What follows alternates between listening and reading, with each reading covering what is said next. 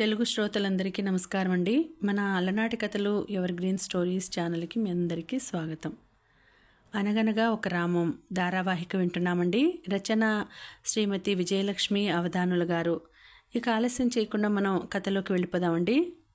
Video చూసిన వెంటనే like చేసి షేర్ చేసి తప్పకుండా సబ్స్క్రైబ్ చేసుకోండి. మన ఛానల్ని బెల్ ఐకాన్ యాక్టివేట్ చేసుకోండి. అప్పటికప్పుడు ఆ ఉత్తరానికి జవాబు రాసేయాలనిపించింది రామానికి. వాళ్ళ నాన్న అడ్రస్సు తన దగ్గర ఉంది, కానీ ఉత్తరం రాసినా వాళ్ళ నాన్నే దాన్ని అందుకొని చదువుతాడు. ఆ అమ్మాయికి ఉత్తరం రాయాలి, ఎలాగా? తీవ్రంగా ఆలోచించసాగాడు. ఆఖరికి ఒక ఉపాయం తోచింది. విజయనగరంలోనే తన స్నేహితుడు ఒకడున్నాడు. అతని అడ్రస్సుకి ఉత్తరం రాసి వెంకటలక్ష్మికి అందచేయమనాలి. ఆ ఆలోచనతో రామం మనసులో ఉత్సాహం ఉరకలు వేసింది. మనసు నిండిన ఉత్సాహంతో మధ్య మధ్య తన చెల్లెలు చిన్నమ్మడు బావకి ఒకే ఒక ఇడ్లీ పెట్టడం గురించి చెప్పిన మాటలు గుర్తొచ్చి మనసులో చిన్న ముళ్ళు గుచ్చుకున్న భావన కలుగుతోంది. చిరిమిరి చేరగానే మొదట చేయవలసిన పని తన స్నేహితుడు శివానికి ఉత్తరం రాయడం. చిరిమిరి చేరి రామం గదిలోకి అడుగు పెట్టగానే వేణు ఆత్రంగా ఎదురొచ్చాడు. ఏం రామం, అక్కడ అందరూ ఎలా ఉన్నారు? అడిగాడు ఆసక్తిగా. అందరి సంగతి ఎందుకు కానీ మా చెల్లి మాత్రం నీ గురించి తలుచుకుంటూ క్షేమంగా ఉంది, చిలిపిగా నవ్వుతూ అన్నాడు రామం. అబ్బో, మా బామ్మర్దికి హాస్యాలు కూడా వస్తున్నాయే అంటూ వేణు రామం భుజం మీద గట్టిగా చరిచాడు. రామం నవ్వాడు. అంతలోనే అతనికి తన చెల్లి చెప్పిన సింగిల్ ఇడ్లీ విషయం గుర్తొచ్చి మొహం మ్లానమైంది. హఠాత్తుగా రామం మొహంలో బాధ కనిపించడం, ఏదో ఆలోచనలో పడిపోవడం గమనించిన వేణు ఆందోళనగా అడిగాడు. అదేమిటి రామం, నీ మొహం హఠాత్తుగా అలా మారిపోయింది? నువ్వు వెళ్ళిన పెళ్లి సంబంధం కుదరలేదా? ఆ విషయం తర్వాత చెప్తాను బావా, ముందు ఈ విషయం చెప్పు. నీకు పొద్దున్నే ఒక్క ఇడ్లీ టిఫను సరిపోవడం లేదని నాతో ఎందుకు చెప్పలేదు? బాధగా అడిగాడు. ఒక్క ఇడ్లీ సరిపోలేదని నీతో ఎప్పుడన్నాను రామం? మా చెల్లి చెప్పింది. నువ్వు తనకు ఉత్తరం రాసావట కదా, తాను నాతో చెప్పి బాధపడింది. వేణు నొచ్చుకున్నట్లు చూశాడు. ఆ తర్వాత రామం భుజం మీద ఆప్యాయంగా తట్టాడు. రామం, ఇక్కడికి వచ్చిన కొత్తలో ఆ ఉత్తరం రాసిన విషయం నిజం, కానీ నువ్వు ఊరికి వెళ్ళావు చూడు, అప్పుడు నాకు తిండి విలువ తెలిసి వచ్చింది. నువ్వు పడుతున్న కష్టం కూడా తెలిసి వచ్చింది. ఆ తర్వాత నువ్వు లేనప్పుడు కూడా నేను రోజూ ఒక్క ఇడ్లీనే తిన్నాను. అసలు రెండో ఇడ్లీ తినాలని కూడా బుద్ధి పుట్టలేదు. అసలు ఈ విషయాలన్నీ మీ చెల్లికి నేను రాద్దాం అనుకుంటూనే మర్చిపోయాను. ఇంక నువ్వు ఆ విషయం గురించి బాధపడకు అన్నాడు భుజం చుట్టూ చెయ్యి వేసి. రామం మొహంలో బాధ మాయమైంది. చిరునవ్వు మొహం మీదకి వచ్చింది. నువ్వు నిజమే చెప్తున్నావా బావా?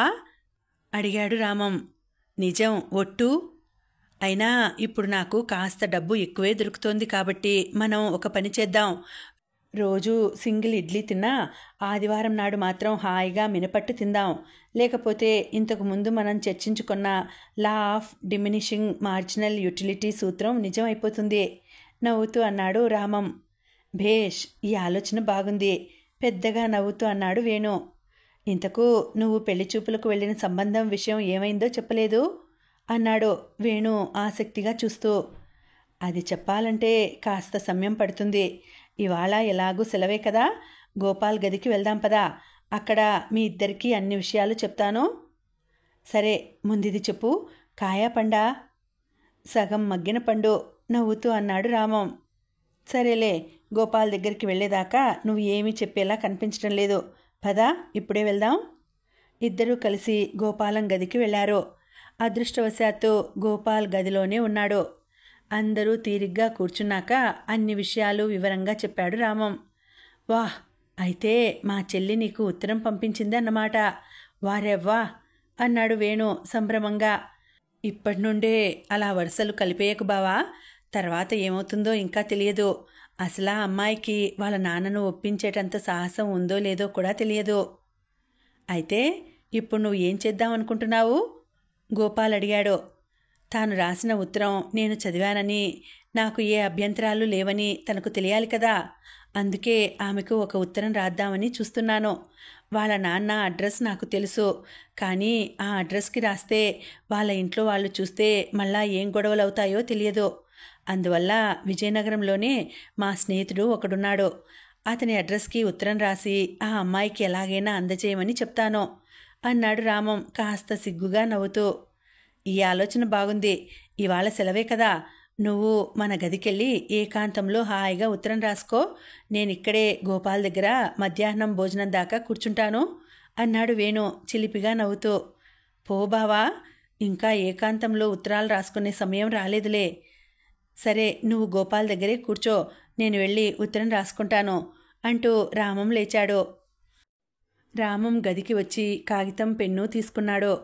తీరా కాగితం తీశాక గుర్తుకొచ్చింది, అది తెల్ల కాగితం కాదని.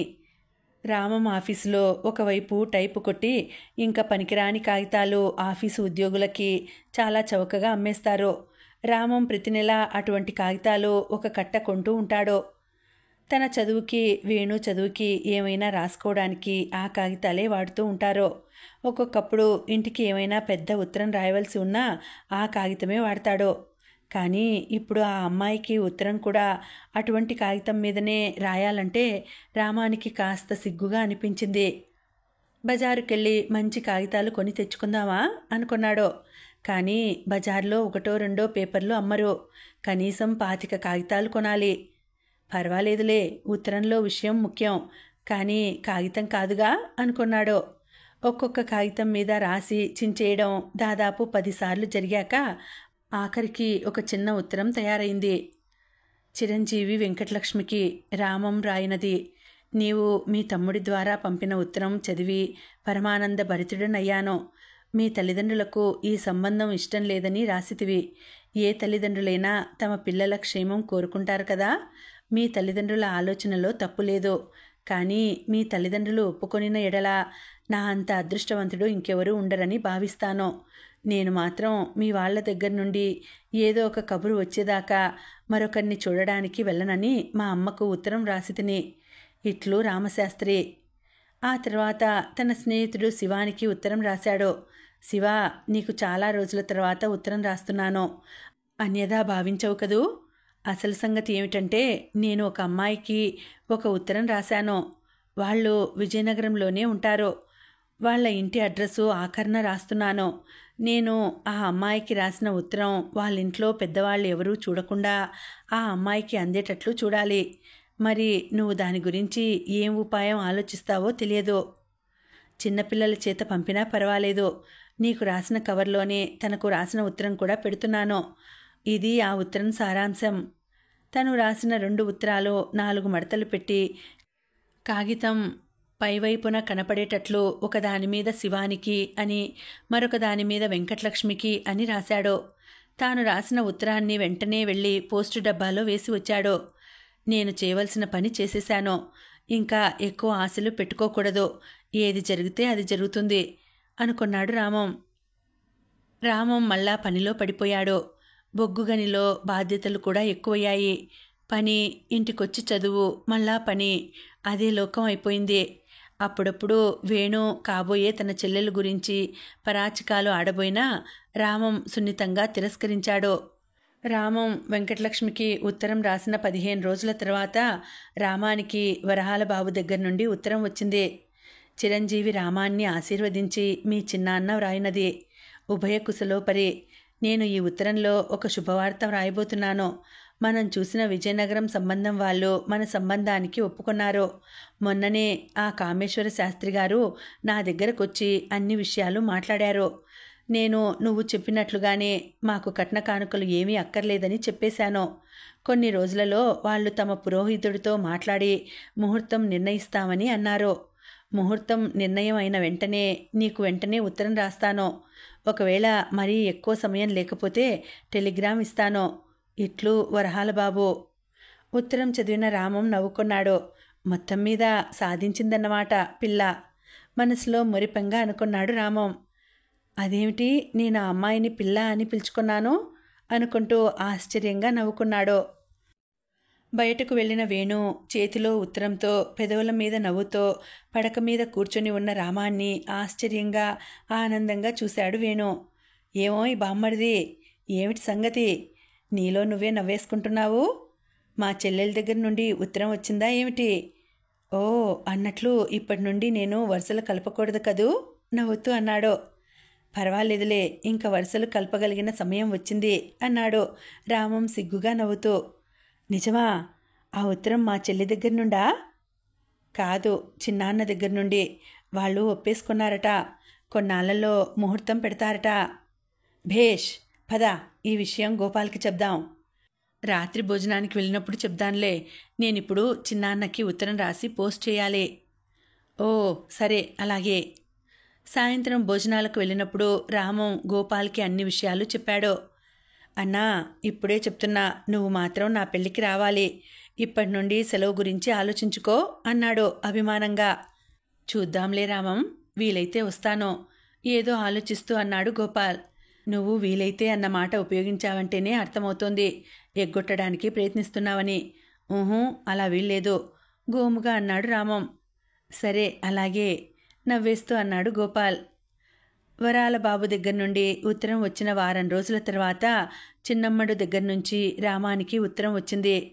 చెల్లి తనకెప్పుడూ ఇలా వేరుగా వ్రాయదు. ఎప్పుడైనా తనకు ఏమైనా రాయాలనుకున్నా వేణుకు రాసిన కవర్లోనే మరో కాగితం మీద రాస్తుంది. ఇదేమిటి ఈసారి నాకు ఇలా వేరుగా రాసింది ఉత్తరం? ఆశ్చర్యంగా అనుకుంటూ కవరు చింపాడు రామం. రామం అన్నయ్యకు చిన్నమ్మడు నమస్కరించి వ్రాయినది. ఉభయ కుశలోపరి. అన్నయ్య, నువ్వు కిందటిసారి ఇక్కడికి వచ్చినప్పుడు నేను నీతో మీ బావకి పొద్దున పూట ఒక్క ఇడ్లీ సరిపోవడం లేదని చెప్పాను కదా. ఆ విషయమై మీ బావ చాలా బాధపడుతూ నాకు ఒక ఉత్తరం రాశారు. అక్కడ నీవు డబ్బు ఎంత జాగ్రత్తగా వాడుకుంటావో, ఎంత కష్టపడతావో అన్నీ రాశారు.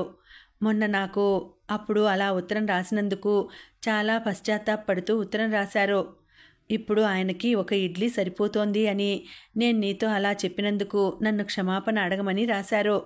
అన్నయ్య, నన్ను క్షమించు. అక్కడి విషయాలు ఏమీ తెలియక నేను ఏదో నీకు చెప్పినాను. ఇట్లు చిన్నమ్మడు. ఉత్తరం చదివిన రామం మనసు ఆర్ద్రం అయిపోయింది. పాపం పిచ్చిపిల్ల అనుకున్నాడు. ఆ ఉత్తరానికి వెంటనే జవాబు రాసేశాడు. చిరంజీవి సౌభాగ్యవతి చిన్నమ్మడిని ఆశీర్వదించి మీ అన్న వ్రాయినది. ఉభయ కుశలోపరి. నువ్వన్న ఆ మాట గురించి ఇంకా ఎక్కువ బాధపడకు. ఆ విషయమై నేను బావ అప్పుడే మాట్లాడుకున్నాం. బావ ఈ మధ్య ఇక్కడ బాగానే చదువుతున్నాడు. మరి కొన్నాళ్లలో పరీక్షలుంటాయి. పాస్ అవుతాడని అనుకుంటున్నాను. నువ్వు మరేమీ బెంగ పెట్టుకోకుండా హాయిగా ఉండు. ఇట్లు మీ అన్న రామం. వేణు బిఏ మొదటి సంవత్సరం పరీక్షలు అయ్యాక రామం పెళ్లికి ముహూర్తం పెట్టారు. శాంత ఇంటర్ పరీక్షలు కూడా అప్పటికే అయిపోతాయి. చిట్టి ఇంటర్ పరీక్షలు మరుసటి సంవత్సరం అవుతాయి. రామం పెళ్లికి మొత్తం 10 రోజులు సెలవు పెట్టాడు. పెళ్లికి 3 రోజుల ముందు బొబ్బిలిలో ఉండేటట్లు బయలుదేరి వెళ్ళాడు. రామంతో పాటు వేణు కూడా బయలుదేరి మధ్యలో వాళ్ళ ఊర్లో దిగిపోయేటట్లు, పెళ్లి రోజుకి విజయనగరం వచ్చేటట్లు ఏర్పాటు చేసుకున్నారు. పెళ్లి రోజుకి తప్పకుండా రావాలని గోపాల్కి మరీ చెప్పి ఇద్దరూ రైలెక్కారు. రామం బొబ్బిలి ఇంట్లో అడుగు పెట్టేసరికి ఇల్లంతా కలకలలాడుతోంది.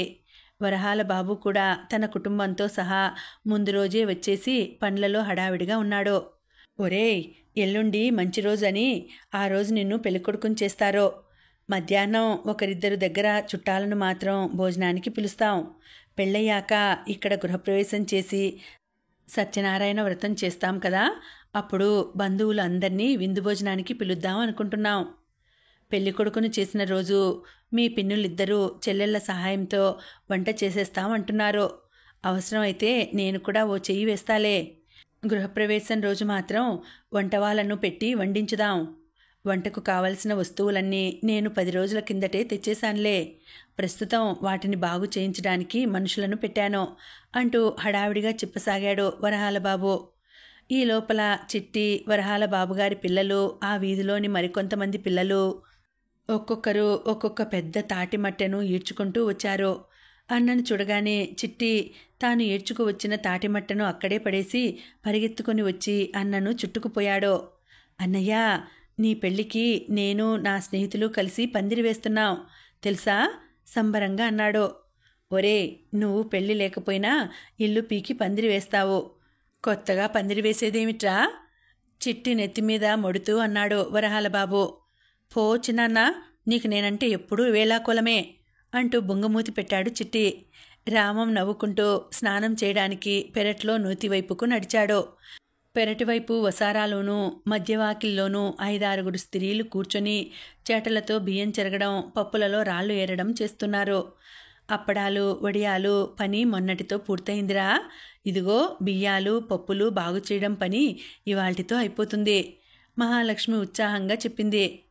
రామం స్నానం చేసి వచ్చాక చిన్నమ్మడు మెల్లగా పక్కకు చేరింది. బావ ఎలా ఉన్నారన్నయ్యా? కాస్తంత మెల్లగా కాస్త సిగ్గుగా అడిగింది.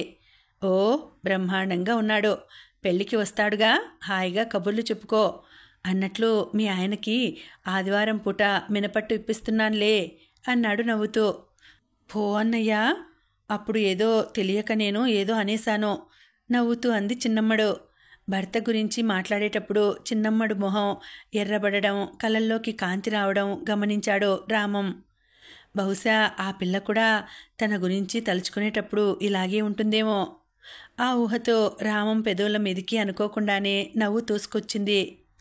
సాయంత్రం కాస్త చల్లబడ్డాక చిట్టి మిగిలిన పిల్లలు అందరూ కలిసి వరహాలబాబు ఆధ్వర్యంలో ఇంటి ముందు తాటాకుల పందిరి వేసేశారు. అరుగు మీద కూర్చుని పందిరి వేయడం చూస్తున్న రామం పక్కకు వచ్చి కూర్చుంది శాంత. ఇల్లు ఇలా కలకల్లాడుతూ ఉంటే నాకు ఎంతో సంతోషంగా ఉంది అన్నయ్య అంది వచ్చి రామం పక్కనే కూర్చుంటూ. రామం చెల్లివైపు ఆప్యాయంగా చూశాడు. కానీ ఈ పెళ్ళి నీ పెళ్ళయ్యాక జరుగుంటే నాకింకా సంతోషంగా ఉండేదమ్మా అన్నాడు. పో అన్నయ్య, నేనేమో అస్తమానం చదువు గురించి ఆలోచిస్తూ ఉంటే నువ్వేమో నా పెళ్లి ఊసు ఎత్తుతున్నావు అలిగినట్లు అంది. ఈ 6 నెలల్లోనూ శాంత ఇంకా నిండుగా ఆరోగ్యంగా తయారైంది. చెల్లిని అలా చూస్తుంటే రామానికి సంతృప్తిగా అనిపించింది. పరీక్షలు ఎలా రాశావమ్మా? ఫస్ట్ క్లాస్ వస్తుందా? వస్తుందనే అనుకుంటున్నాను అంది శాంత ఆత్మవిశ్వాసంతో. బొబ్బిలి నుండి విజయనగరం వెళ్ళడానికి వరహాలబాబు 4 గూడుబళ్లను మాట్లాడాడు. అన్నీ 2 ఎడ్ల బండ్లే. తెల్లారుజామునే 4 గంటలకైనా బయలుదేరితే కాస్త ఎండ వచ్చాక విజయనగరం చేరుకుంటామని వరహాలబాబు ఉద్దేశం. అంత ప్రొద్దున్నే ఎక్కడి నుండో బళ్ళు రావడం కష్టం కాబట్టి బళ్లను రాత్రే ఇంటి దగ్గరికి తెచ్చేయమన్నాడు వరహాలబాబు. ఒప్పుకున్నట్లే రాత్రే బళ్లను ఇంటి దగ్గరకు తీసుకొచ్చి పశువులను పెరట్లో రాటలు పాతి వాటికి కట్టేశారు. కొత్త వెదురు బద్దలతో నేసిన బండి గూళ్ళు తలతలలాడుతున్నాయి. ఎద్దుల మెడలో కట్టిన మువ్వలు బాగా చింతపండు వేసి తోమారేమో బంగారంలా మెరిసిపోతున్నాయి. రాత్రంతా అప్పుడప్పుడు చేసే పశువుల అంబారావాలతో రామానికి నిద్ర పట్టనట్లు పట్టింది. మధ్యలో చిన్న నిద్ర పట్టినప్పుడు కొన్ని నెలల క్రితం పెళ్లి చూపుల్లో చూసిన పిల్ల మొహం గుర్తొచ్చి పెదవుల మీదకు చిరునవ్వు వచ్చింది. 2వ జాములోనే ఇంటి ముందు సన్నాయి మోగింది.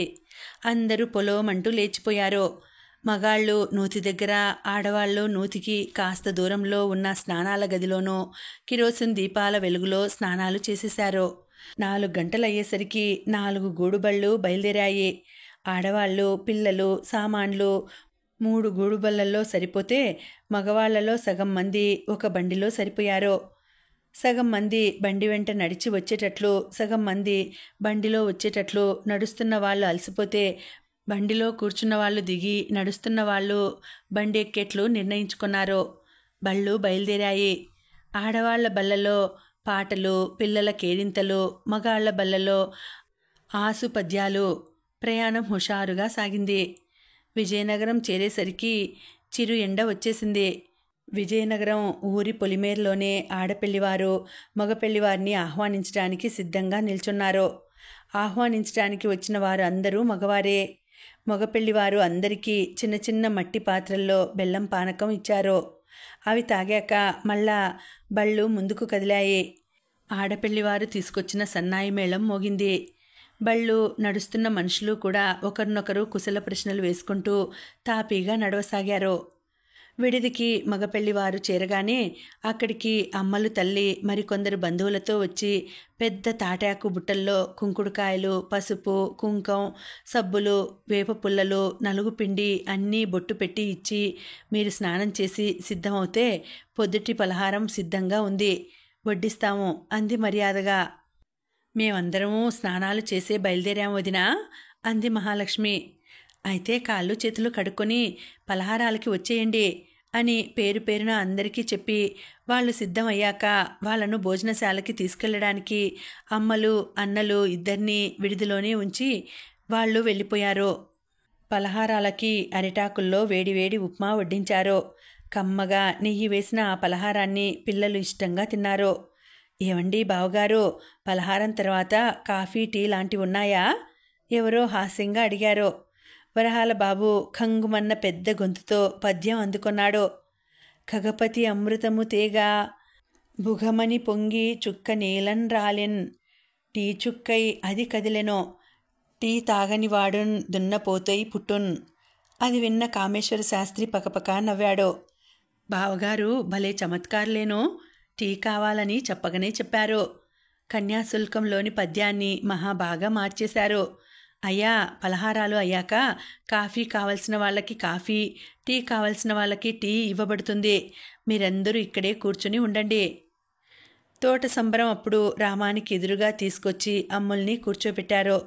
అప్పుడు పెళ్లి చూపుల్లో చూసినప్పటి భావం వేరు. ఇప్పుడు ఇద్దరు ఒకరికొకరు చిన్న ఉత్తరాలు కూడా రాసుకున్నాక ఈ భావం వేరు. తన ఎదురుగా కూర్చున్న అమ్మాయి తనకు ఎన్నాళ్ళుగానో తెలిసిన అమ్మాయిలా అనిపిస్తోంది. అమ్మో, ఎంత అమాయకంగా కనిపిస్తుందో, కానీ మహా గడుసుది మనసులోనే అనుకుని నవ్వుకున్నాడు రామం. తలెత్తి ఊరగా చూసిన అమ్మలు తన వైపే చిరునవ్వుతో చూస్తున్న పెళ్ళికొడుకుని చూసి చప్పున తల దించేసుకుంది. పెళ్లి కూతురు పెళ్లి కొడుకు చేత ఒకరి మీదొకరు బుక్క బర్గుండా జల్లించారు. మెడ క్రింద పెళ్లికూతురు తన చేత్తో గంధం రాస్తుంటే ఒక వింతైన భావన కలిగింది రామానికి. పెళ్లి పందిర్లో ఒకవైపు పచ్చి తాటాకుల పరిమళం, మరొక వైపు అందరి మెడలను అలంకరించిన కర్పూరపు దండల పరిమళం, గాలి నిండా అందరి మీద చల్లిన పన్నీరు పరిమళం అన్నీ కలిసి అందరినీ ఒక కొత్త లోకంలోకి తీసుకుపోతున్నాయి. సరిగ్గా ముహూర్తం వేళకి రామం అమ్మలు తల మీద జీలకర్ర బెల్లం పెట్టేశాడు. పెళ్ళికొడుకు పెళ్ళికూతురు ఒకరి కళ్ళల్లోకి ఒకరు చూసుకోవాలి. పురోహితుడు చెప్పేశాడు. రామం తన ఎదురుగా కూర్చున్న పెళ్ళికూతురు కళ్ళల్లోకి సూటిగా చూశాడు. పెళ్ళికూతురు తల వంచుకొని కళ్ళు మాత్రం ఎత్తి పెళ్ళికొడుకు కళ్ళలోకి కొన్ని క్షణాలు మాత్రం చూసి కళ్ళు దించేసుకుంది. పెళ్ళైన రెండో రోజు తెల్లవారుజామునే నూతి గట్టు దగ్గర నిల్చుని వేపపుల్ల విరుస్తున్న అమ్మలు దగ్గరకు చేరింది. అదే వీధిలో ఉన్న అమ్మలు స్నేహితురాలు తయారు. ఒసే అమ్మలు, నువ్వు నాకు మరేమీ చెప్పక్కర్లేదు, కానీ ఇది మాత్రం చెప్పవే, రాత్రి నిన్ను మీ ఆయన మొదటగా ఏమని పిలిచాడే? అమ్మలు స్నేహితురాలకేసి కాస్త సిగ్గుగా కాస్త చిరుకోపంగా చూసింది. చీపో, అటువంటి విషయాలన్నీ చెప్తారేమిటి? అటువైపు తిరిగి అంది అమ్మలు. వెంకు అని పిలిచాడా? గుసగుసగా అడిగింది స్నేహితురాలు. ఊహూ. లక్ష్మీ అనా? ఊహూ. వెంకా అనా? కాదు. పోనీ ఇంట్లో అందరూ పిలిచినట్లు అమ్మలు అనా? అస్సలు కాదు. మరేమిటబ్బా? అబ్బా, ఊరించక చెప్దూ. పిల్ల అని పిలిచారు. మొహం ఎర్రబడగా అంది అమ్మలు. పిల్ల అనా? అలా ఎందుకబ్బా? అలా ఎందుకు పిలిచారని నువ్వు అడిగావా? ఆశ్చర్యంగా చూస్తూ చిలిపిగా అడిగింది స్నేహితురాలు. పో, మొదటి రోజే అవన్నీ ఎవరైనా అడుగుతారేమిటి? బుంగుమూతి పెట్టి అంది అమ్మలు. అలా ఎందుకు పిలిచారు అని ఇవాళ రాత్రి అడుగు. చెవిలో గుసగుసలాడింది స్నేహితురాలు. ఈలోపు అక్కడికి ఎవరో రావడంతో వాళ్ళ మాటలు అయిపోయాయి. అదే సమయంలో వీధి అరుగు మీద విశ్రాంతిగా కూర్చొని టీ గురించి ఎదురు చూస్తున్న రామం పక్కన కూర్చొని గుసగుసగా అడిగాడు వేణు. ఏం రామం, నువ్వు మా చెల్లెల్ని మొదటిసారిగా పిల్ల అని ఎందుకు పిలిచావో చెప్పు. నీకు కుతూహలం మరీ ఎక్కువైపోతోంది బావా, చిరుకోపం నటిస్తూ అన్నాడు రామం. అబ్బా చెప్దూ, చెప్తే నువ్వేమీ అడిగిపోవులే. సరే చెప్తా విను. నాకెందుకో మొట్టమొదటిసారి తనని పెళ్లి చూపుల్లో చూసినప్పుడు చిన్న పిల్లలా అనిపించింది. ఆ తర్వాత తన గురించి ఎప్పుడు తలుచుకున్నా మనసులో పిల్ల అనే అనుకుంటూ ఉండేవాడిని. అందువల్ల మొదటిసారి అనుకోకుండానే నా నోటంట పిల్ల అన్న పిలుపు వచ్చేసింది చెప్పాడు రామం. అబ్బా, ఎంత బాగా చెప్పావు బావా. రామం భుజం గట్టిగా చరుస్తూ అన్నాడు వేణు. బావా, నాకు ఈ పెళ్లిలో ఒక్కటే లోటుగా అనిపించింది. ఏదో ఆలోచిస్తూ అన్నాడు రామం. ఏమిటో అది? అంతగా చెప్పినా పెళ్ళికి గోపాల్ రాలేదు చూసావా? నిరాశగా అన్నాడు రామం. ఒకటి చెప్పనా రామం, అతను రాడని నేను ముందే ఊహించాను. అవునా? ఎందుకలా అనుకున్నావు? పెళ్ళి జరుగుతున్నది మీ ఇంట్లో కాదు, తనకు అసలు పరిచయం లేని మరొకరి ఇంట్లో. ఇక్కడ తనకి ఏమైనా అవమానం జరిగితే పెళ్లిపీటల మీద ఉన్న నువ్వు ఏమీ చేయలేవు. అందుకే అటువంటివి ఏమీ జరగకూడదని రాలేదేమో. అంతేనంటావా? అయ్యో, శాస్త్రం ప్రకారం అమ్మలు ఇంట్లో మొదటి 3 రాత్రులు జరిగిపోయాయి. మరో 3 రాత్రులు రామం ఇంట్లో జరగాలి. కానీ రామానికి సెలవు అయిపోతుంది. అక్కడ చిరిమిరిలో రామానికి ఆదివారం సెలవు. కనీసం శనివారం సాయంత్రం దాకానైనా అక్కడికి చేరుకుంటే మర్నాడంతా ఇల్లు సర్దుకోవడానికి సమయం సరిపోతుంది అని రామం ఉద్దేశం. ఆ విషయమే చెప్పాడు తమ అత్తామామలతో రామం. బొబ్బిలిలో గృహప్రవేశం అయిన మర్నాడే అమ్మలను తనతో తీసుకువెళ్తానని, మీలో ఎవరైనా వీలుండి వచ్చినా పర్వాలేదు, రాలేకపోయినా తాను ఏమీ అనుకోనని.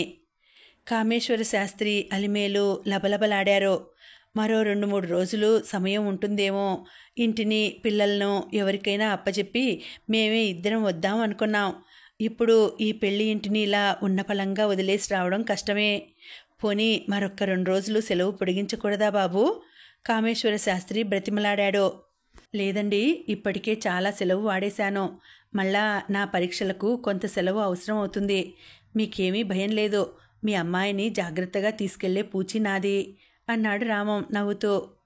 రామం ఇంట్లో గృహప్రవేశం మరీ ఘనంగా కాకపోయినా ఉన్నంతలో బాగానే జరిగింది. పప్పు, దప్పడం, కందబచ్చలి కూర, వంకాయ ముద్దకూర, బూరెలు, పులిహోర ఇవి వంటకాలు. వంటకు పిలిచిన వంటవాళ్ళు బ్రహ్మాండంగా వండారు. సత్యనారాయణ వ్రతం ప్రసాదం మాత్రం వరహాల బాబు భార్య కలిసి తెల్లవారుజామున లేచి మడి కట్టుకొని వండేశారు. భోజనాలప్పుడు చిన్నమ్మడు వేణు కలిసి చేసిన అల్లరి అంతా ఇంతా కాదు. అన్నయ్య, నువ్వు వదినకి బూరె తినిపించాలి అంది చిన్నమ్మడు అల్లరిగా. రామం ఓరగా చూస్తూ తన చేతిలో ఉన్న బూరెను అమ్మలు నోటి దగ్గరకు తెచ్చాడు. అమ్మలు తలెత్తలేదు. వదినా, నువ్వు తలెత్తాలి అంటూ చిన్నమ్మడు అమ్మలు చుబుకం పట్టుకుని తల మీదకు ఎత్తింది. నవ్వు దాచుకుంటూ అమ్మలు చిన్న ముక్కను కొరకనట్లు కొరికింది. చెల్లమ్మ, ఇప్పుడు నీవంతు. నువ్వు మా బామ్మర్దికి ఏం తినిపిస్తావో. పోనీ నువ్వు కూడా బూరె తినిపించు హుషారుగా అన్నాడు వేణు. అమ్మలు తల ఎత్తకుండానే చేతిలోకి బూరె తీసుకుని చూసి చూడనట్లు రామం మొహం వైపు చూస్తూ రామం నోటి దగ్గరకు బూరె తీసుకొచ్చింది. రామం కూడా చిన్న ముక్క కొరికాడు. అన్ని సరదాలతో గృహప్రవేశం ముగిసింది. అల్లుడుగారు, మేమిప్పుడు విజయనగరం వెళ్ళిపోయి అమ్మాయికి ఇవ్వవలసిన సారి సామాన్లన్నీ సర్దుతాం. రేపు మీరు బయలుదేరే సమయానికి బొబ్బిలి స్టేషన్కి వచ్చి సామాన్లు అందించుతాం అన్నాడు కామేశ్వర శాస్త్రి రామంతో. మీరు మరీ ఎక్కువ హైరాణ పడిపోకండి. మీకు వీలైనవే ఇవ్వండి. అక్కడ కూడా అన్ని వస్తువులు దొరుకుతాయి చిరునవ్వుతో అన్నాడు రామం. రామం అమ్మలు ఎక్కిన రైలు కిక్కిరిసి ఉంది. ఖాళీగా ఉన్న ఒకచోట రామం అమ్మలు తెచ్చిన పెద్ద ట్రంకు పెట్టే, దాని పక్కనే పెద్ద బెడ్డింగు పెట్టాడు. 2 ఎత్తు సరిపోయింది. మిగిలిన చిన్న సామాన్లన్నీ పైన వస్తువులు పెట్టుకునే బల్ల మీద పెట్టేశాడు. అమ్మలు తల్లిదండ్రులు ఇచ్చిన సారి సామాన్ల బస్తాలు 2 సీట్ల కిందికి తోసేశాడు. మన ప్రయాణం 2 రోజులు.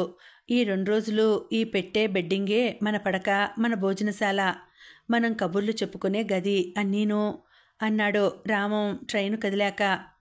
ఈ ఏర్పాటు ఎంత బాగుందో అంది చిరునవ్వుతో రామం మొహం వైపు చూస్తూ ట్రంకు పెట్టె మీద కూర్చుంటూ. ఇప్పుడిప్పుడే అమ్మలు రామం మొహం వైపు చూసి మాట్లాడుతోంది.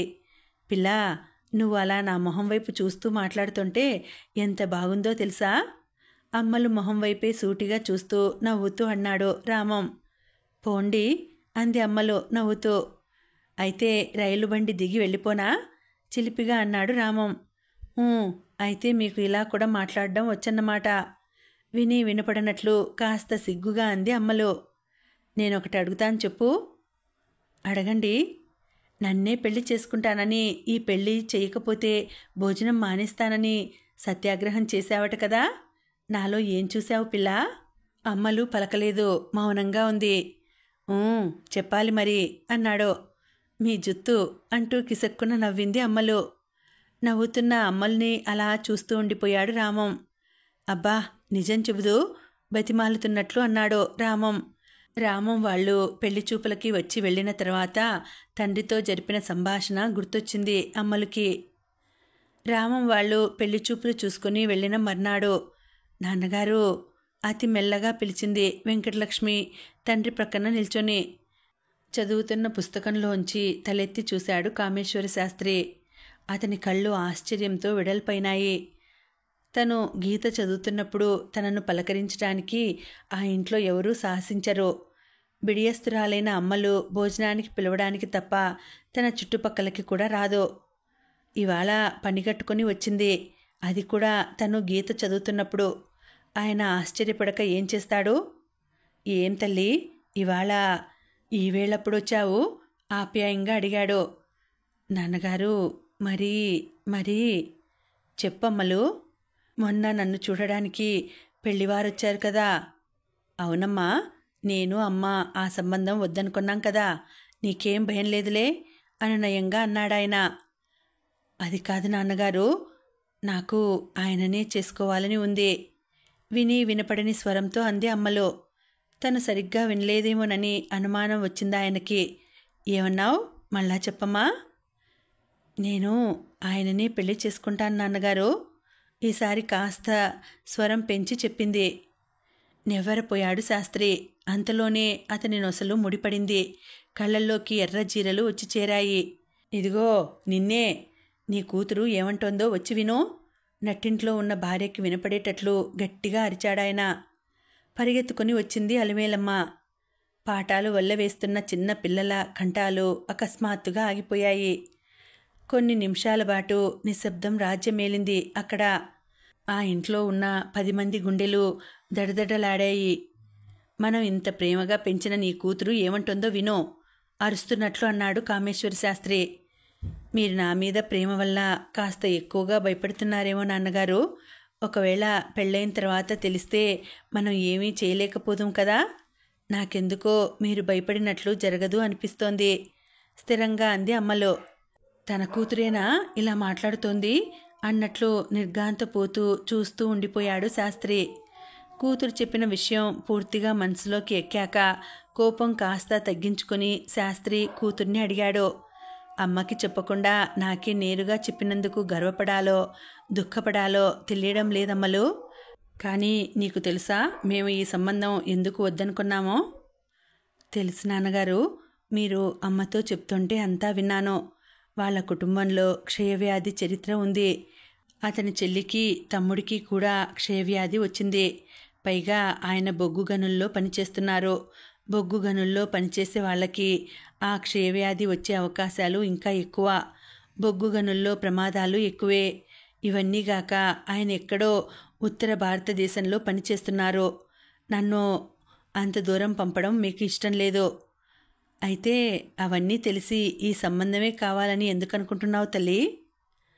ఆయన నాకు బాగా నచ్చారు నాన్నగారు, తలంచుకొని నెమ్మదిగా అంది అమ్మలో. నచ్చాడా? ఏం చూసావమ్మా అతనిలో?